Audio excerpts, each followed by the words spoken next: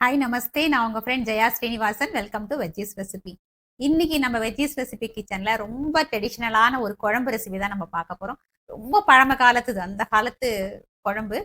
இது பேர் வந்து ஐப்பசி கார்த்திகை குழம்பு அப்படின்னு சொல்றது உண்டு.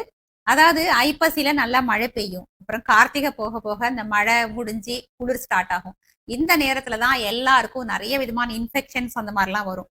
அப்போ இந்த நேரத்துல அந்த குழம்பு பண்ணி வச்சு எல்லாரும் சாப்பிடுவாங்க. அப்போ அந்த இன்ஃபெக்ஷன்ஸ் ஆகாம ஆரோக்கியமா இருக்கலாம் அப்படின்னு. இதுக்கு இன்னும் 2 பேரும் உண்டு. பிள்ளை பெத்தா குழம்பு அப்படின்னு கூட சொல்லுவாங்க. குழந்தை பிறந்ததுக்கு அப்புறம் அவங்களோட உடம்பு வந்து பழைய நிலைமைக்கு கொண்டு வர்றதுக்கு, அவங்களுக்கு அந்த இன்ஃபெக்ஷன்ஸும் வராம இருக்கிறதுக்கு, அவங்களுக்கு டைஜஷன் நல்லா இருக்கிறதுக்கு, அந்த பிறந்த குழந்தைக்கு ஃபீட் பண்றதுனால அந்த குழந்தைக்கும் டைஜஷன் நல்லா இருக்கிறதுக்கு, இது எல்லாத்துக்காகவும் ஒரு குழந்தை பிறந்திருக்குன்னா அந்த தாய்க்கு வந்து இந்த குழம்பு கண்டிப்பா பண்ணி கொடுப்பாங்க. அப்புறம் மருந்து குழம்பு அப்படின்னு சொல்லுவாங்க. நம்ம இதுல யூஸ் பண்ணக்கூடிய எல்லா பொருட்களுமே வந்து ரொம்ப மருத்துவ குணம் உள்ளது. அதனால இதை மருந்து குழம்பு அப்படின்னு சொல்றது உண்டு. ரொம்ப டேஸ்டா இருக்கும், ரொம்ப ஈஸியாகவும் பண்ணலாம். வீட்டில் இருக்கிற பொருட்களை வச்சே நம்ம பண்ணலாம். ஃபர்ஸ்ட் டைம் சேனலை பாக்குறீங்கன்னா ப்ளீஸ் சப்ஸ்கிரைப் பண்ணிடுங்க. பெல் ஐக்கானை கிளிக் பண்ணி ஆல் ஆப்ஷன் கொடுத்துட்டீங்கன்னா நான் போடக்கூடிய எல்லா வீடியோஸும் குவிக்கா வந்து உங்களுக்கு ரீச் ஆகும். இப்போ மழை குளிரா இருக்கிறதுனால இந்த சீசனுக்கு இது பர்ஃபெக்டான குழம்புங்க. வாங்க ஈஸியா எப்படி பண்றதுன்னு பார்க்கலாம். ஸ்டவ்ல ஒரு கடாய் வச்சுட்டு 1 டீஸ்பூன் வெந்தயம், ஸ்டவ் ஃப்ளேமை நல்லா சிம்மில் வச்சுட்டு ட்ரை ரோஸ்ட் பண்ணிக்கணும். வெந்தயம் லேசாக கலர் மாறினதுக்கப்புறம் 1 டீஸ்பூன் மிளகு, 1 டீஸ்பூன் ஜீரகம் நல்லா வாசனை வர வரைக்கும் வறுத்து எடுத்துக்கணும்.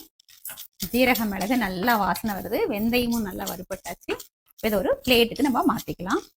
இதே கடாயில் 1 டேபிள் ஸ்பூன் துவரம்பருப்பு, இதை வந்து நல்லா செவக்கிற வரைக்கும் வறுத்துக்கணும். ஸ்டவ் ஃப்ளேமை சிம்லேயே வச்சுக்கணும். இது இப்போ பாதி வறுபட்டதுக்கப்புறம் 1 டீஸ்பூன் அரிசி, இது வந்து பச்சரிசி சேர்த்துக்கோங்க. பச்சரிசியோட சேர்த்து வறுத்துக்கணும். அரிசி வறுபடுறதுக்குள்ள துவரம் பருப்பு நமக்கு ஃபுல்லாக நல்லா செவந்து வந்துடும். லாஸ்ட்டில் 1 டீஸ்பூன் ஓமம், இதையும் சேர்த்து இப்போ நல்லா வறுத்துக்கணும். சீக்கிரம் வறுபட்டுடும். ஆச்சு, எல்லாமே நமக்கு பருப்பு செவந்தாச்சு, அரிசியும் வறுபட்டாச்சு. ஜஸ்ட் இந்த ஓமம் மட்டும் நல்லா ஃப்ளேவர் வந்தால் போதும். ஸ்டவ் ஆஃப் பண்ணிடலாம். ஓமமும் நல்லா வாசனை வருது. இப்போ ஸ்டவ் ஆஃப் பண்ணிவிட்டு இதையும் அந்த பிளேட்டுக்கே நம்ம ட்ரான்ஸ்ஃபர் பண்ணிப்போம். கடாயில் 1 டீஸ்பூன் நல்லெண்ணெய், எண்ணெய் சூடானதுக்கப்புறம் இந்த அளவுக்கு ஒரு பெருங்காய கட்டி, இதை நல்லா வறுத்துக்கணும். கட்டி பெருங்காயம் எப்பயுமே இந்த மாதிரி குழம்புக்கெல்லாம் நல்லா வாசனையாக இருக்கும். லேசாக அப்படி ப்ரெஸ் பண்ணி விட்டிங்கன்னா அது நல்லா சாஃப்டாக இருக்கும், நல்லாவே பொரிஞ்சிரும். பெருங்காயத்தை நல்லா அப்படி ப்ரெஸ் பண்ணி நல்லா ஃப்ரை பண்ணிக்கணும். அப்போ தான் வந்து நம்ம மிக்சியில் போட்டு அரைச்சாலும் ஈஸியாக வந்து அரைப்பட்டுடும். பெருங்காயத்தையும் நம்ம இந்த பிளேட்டுக்கு ட்ரான்ஸ்ஃபர் பண்ணிக்கலாம். இதே கடாயில் ஒரு 7-8 காஞ்ச மிளகாய், இதையும் நல்லா ஸ்டவ் ஃப்ளேம் சிம்லேயே வச்சுட்டு நல்லா வறுத்துக்கணும். மிளகாய் பாருங்கள் நல்லா வறுபட்டாச்சு, நல்லா வாசமும் வருது. இதையும் வந்து இதே பிளேட்டுக்கு ட்ரான்ஸ்ஃபர் பண்ணிக்கலாம். நல்லா 1 கப்பு கருவேப்பிலையை நல்லா வாஷ் பண்ணிவிட்டு இதையும் நல்லா வறுத்துக்கணும். நல்லா ஃப்ரெஷ்ஷான கருவேப்பிலையாக வாங்கிட்டோம் அப்படின்னா ரொம்ப நல்லாயிருக்கும். அந்த ஃப்ளேவர் அவ்வளோ நல்லாயிருக்கும். வாடின கருவேப்பிலையை யூஸ் பண்ணாதீங்க, அதோட ஸ்மெல் வந்து வேறு மாதிரி ஆகிடும். ரொம்ப மொறுன்னு ஆற அளவுக்குலாம் ரோஸ்ட் பண்ண வேண்டாம். ஜஸ்ட்டு இதோட வாசம் நல்லா வரும் பார்த்தீங்களா, நல்ல ஒரு ஃப்ளேவரை கொடுக்கும் நம்ம வறுக்கும்போது. அந்த அளவுக்கு மட்டும் வறுத்தா போதும். கருவேப்பிலை நல்லா வறுபட்டாச்சு, நல்லா வாசனை வருது. இதை வந்து வேற ஒரு பிளேட்டுக்கு மாற்றிக்கணும். நம்ம ஃபஸ்ட்டு ட்ரை ரோஸ்ட் பண்ணதெல்லாம் ஒரு பிளேட்டில் எடுத்துருக்கோம். கருவேப்பிலையை வேறு பிளேட்டில் எடுத்துக்கணும். இந்த மாதிரி கலரில் இருக்கணும். 2 வெத்தலை எடுத்துக்கணும். இப்படி மடிச்சுட்டு காம்பு இருக்கு இல்லையா, இதை ரிமூவ் பண்ணிவிட்டு இந்த சென்டரில் நரம்பு இருக்குது பார்த்தீங்களா, இதை எடுத்துடணும். இப்படி இழுத்திங்கன்னா அழகாக வந்துடும் பாருங்கள். வெத்தலையும் நல்லா கொழுந்த வெத்தலை இருக்குது. அது மாதிரி நுனியையும் கட் பண்ணிடணும். கட் பண்ணிவிட்டு ஜஸ்ட் ரஃப்பாக நம்ம அப்படி கையால் உடைச்சோம் அப்படின்னாலே நடுவில் இருக்கிற அந்த நார் வந்து இந்த மாதிரி வரும். இது எல்லாத்தையும் வந்து எடுத்துக்கலாம். கொழுந்தா இருக்கனால அந்த அளவுக்கு நார் இல்லை. நார் வந்ததுன்னா இந்த மாதிரி பண்ணும்போது அதை எடுத்துக்கலாம். இதை வந்து இந்த கடாய் இருக்கு இல்லையா, ஆல்ரெடி இது சூடாக தான் இருக்குது. ஸ்டவ் ஆன் பண்ண வேண்டியதில்லை. இப்படியே வச்சுட்டு இந்த சூட்லேயே லேசாக வறுத்துக்கணும். இதையும் வந்து இந்த கருவேப்பிலையோடையே சேர்த்து எடுத்துக்கலாம். ஸ்டவ் ஆன் பண்ணிவிட்டு 1 டீஸ்பூன் நல்லெண்ணெய் ஆட் பண்ணிக்கணும். எண்ணெய் சூடானதும் 1 இன்ச்சு இஞ்சியை நல்லா தோல் சீவிட்டு இந்த மாதிரி பொடியாக கட் பண்ணி ஆட் பண்ணிக்கணும். இஞ்சியும் நல்லா வறுத்துக்கணும். ஃப்ளேம் வந்து சிம்லேயே வச்சுக்கோங்க. இஞ்சி கொஞ்சம் வறுபட்டதுக்கப்புறம் பூண்டு வந்து நல்லா தோல் எடுத்துட்டு ஒரு 7-8 பல்லு பூண்டு இதில் ஆட் பண்ணிக்கலாம். இஞ்சியோடையே சேர்த்து பூண்டையும் நல்லா வறுத்துக்கணும். பூண்டு நல்லா வறுபடுறதுக்குள்ள இஞ்சியும் நமக்கு ஃபுல்லாகவே நல்லா வதங்கிடும். பாருங்கள், இஞ்சியும் பூண்டு நல்லா வறுபட்டாச்சு. இப்போ ஸ்டவ் ஆஃப் பண்ணிவிட்டு இதையும் வந்து நம்ம அந்த கருவேப்பிலை எல்லாம் எடுத்து வச்சுருக்கோம் இல்லையா, அந்த பிளேட்டில் ட்ரான்ஸ்ஃபர் பண்ணிக்கலாம். இதையும் இந்த கருவேப்பிலை வெத்தலை எல்லாம் வச்சுருக்கோம் இல்லையா, அந்த பிளேட்லேயே நம்ம எடுத்துக்கலாம். இந்த அளவுக்கு பிரண்டை எடுத்துக்கோங்க. பிரண்டை வந்து ஈஸியாக நம்ம வீட்லேயே தொட்டிலேயே வளர்த்துடலாம். அப்பார்ட்மெண்ட்லேயே நம்ம இருந்தால் கூட பால்கனியில் வச்சு வளர்த்தா கூட நல்லா வளர்ந்துடும். நான் அப்படி தான் வளர்த்துருக்கேன். அதுலேருந்து தான் பாருங்கள் இவ்வளோ ஃப்ரெஷ்ஷாக இருக்குது. 2 பீஸ் எடுத்துகிட்டு வந்திருக்கேன். இது எப்படி கட் பண்ணுறதுன்னு பார்க்கலாம். ஃபஸ்ட்டு இந்த இலை இருக்குது இல்லையா, இது இந்த வேர் மாதிரி இருக்குது பார்த்தீங்களா, நரம்பு மாதிரி, இதை எல்லாத்தையும் நம்ம எடுத்துக்கணும். இதெல்லாம் தேவை கிடையாது. பிரண்டை வந்து ரொம்ப உடம்புக்கு நல்லது. நம்மளோட சேனலில் கூட பிரண்டை குழம்பு, பிரண்டை இட்லி பொடி ரெசிபிஸ் எல்லாம் இருக்குது. நான் லிங்க் டிஸ்கிரிப்ஷனில் கொடுக்குறேன், நீங்கள் பாருங்கள். அதில் கூட நான் க்ளீன் பண்ணுறது எப்படின்னு காமிச்சிருக்கேன். திரும்பவும் நான் இப்போ காமிக்கிறேன்.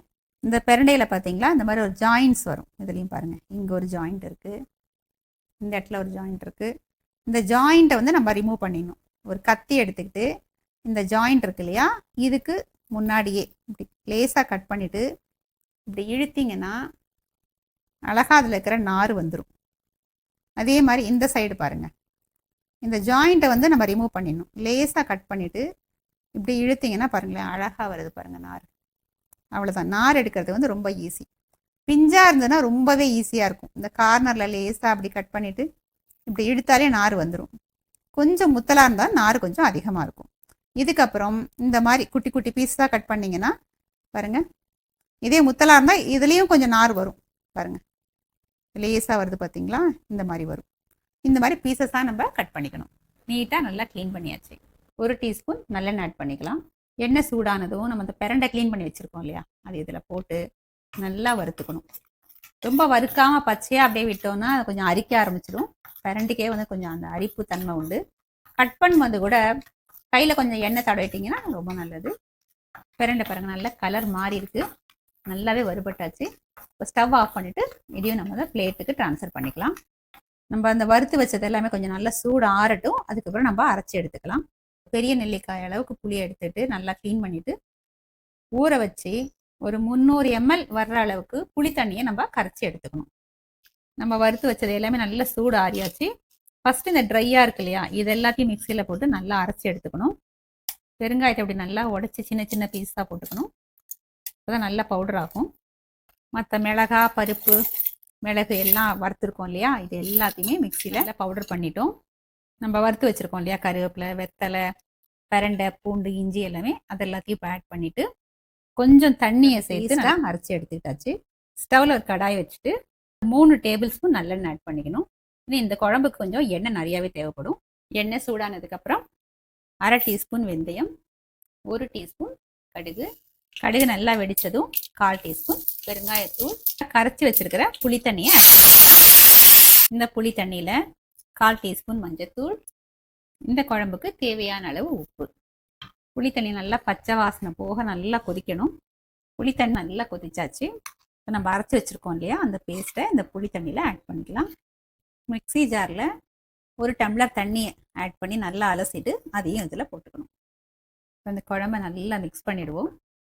அரைச்ச பேஸ்ட்டு, தண்ணி, இந்த புளி தண்ணி எல்லாமே நல்லா கொதித்து நல்லா திக்காக வரணும். இப்போ டேஸ்ட் பண்ணி கூட நம்ம பார்க்கலாம். வேறு எதுவும் நமக்கு உப்பு தேவை அப்படின்னா நம்ம ஆட் பண்ணிக்கலாம். இது நல்லா இப்போ கொதிக்கட்டும், திக்காகட்டும். குழம்பு பாருங்கள் நல்லா திக்காக ஆரம்பிச்சிருக்கு. இன்னும் கூட இன்னும் திக்காகும். இப்பயே கொதிக்கும் போதே நல்லா வாசனையாக இருக்குது. நம்ம குழம்பு நல்லா கொதிச்சிடுச்சு. ஓரத்துலலாம் பாருங்கள், நம்ம ஸ்டார்டிங்கில் அதில் ஆட் பண்ண எண்ணெய் ஃபுல்லாக கசிஞ்சு வந்திருக்கு பாருங்கள். இந்த அளவுக்கு பாருங்கள் நல்லா திக்காக இருக்குது. இந்த ஸ்டேஜில் 1 டீஸ்பூன் வெல்லத்தை ஆட் பண்ணிக்கலாம். வெல்லம் சேர்க்கறதுனால இந்த குழம்போட டேஸ்ட் வந்து நல்லா பேலன்ஸ் ஆகும். ரொம்ப டேஸ்ட்டாக இருக்கும். இப்பயே நல்லா வாசமாக இருக்குது. நம்மளோட ஐப்பசி கார்த்திகை குழம்பு சர்விங்க்கு ரெடி. டேஸ்ட் பண்ணி பார்த்துடலாம். இந்த குழம்பு கொதிக்கும் போதே பார்த்தீங்கன்னா பயங்கர டெம்டிங்காக இருந்தது. டேஸ்ட் பண்ணி பார்த்துட மாட்டோமா அப்படின்னு. செம்ம வாசனையாக இருக்குங்க, அட்டகாசமாக இருக்குது. ரொம்ப நல்லா இருக்குது. இதில் நம்ம ஆட் பண்ணியிருக்கோம் இல்லையா, எல்லா இன்க்ரீடியன்ஸோட அந்த ஃப்ளேவர் வந்து தனித்தனியாக தெரியுது. நம்ம எல்லாம் வறுத்து அரைச்சி ஒன்றா தான் போட்டிருக்கோம். ஆனால் அவ்வளோ நல்லா இருக்குது. நீங்கள் கண்டிப்பாக ட்ரை பண்ணுங்கள். எப்படி வந்து எனக்கு கமெண்ட்டில் சொல்லுங்கள், லைக் பண்ணுங்கள். உங்கள் ஃப்ரெண்ட்ஸ் அண்ட் ஃபேமிலிக்கு இந்த ரெசிபியை கண்டிப்பாக ஷேர் பண்ணுங்கள். ஏன்னா இந்த சீசனுக்கு அவங்களுக்கும் அது ரொம்ப யூஸ்ஃபுல்லாக இருக்கும். புது ரெசிபியோட நாளைக்கு நான் உங்களை மீட் பண்றேன். தேங்க்ஸ் ஃபார் வாட்சிங்.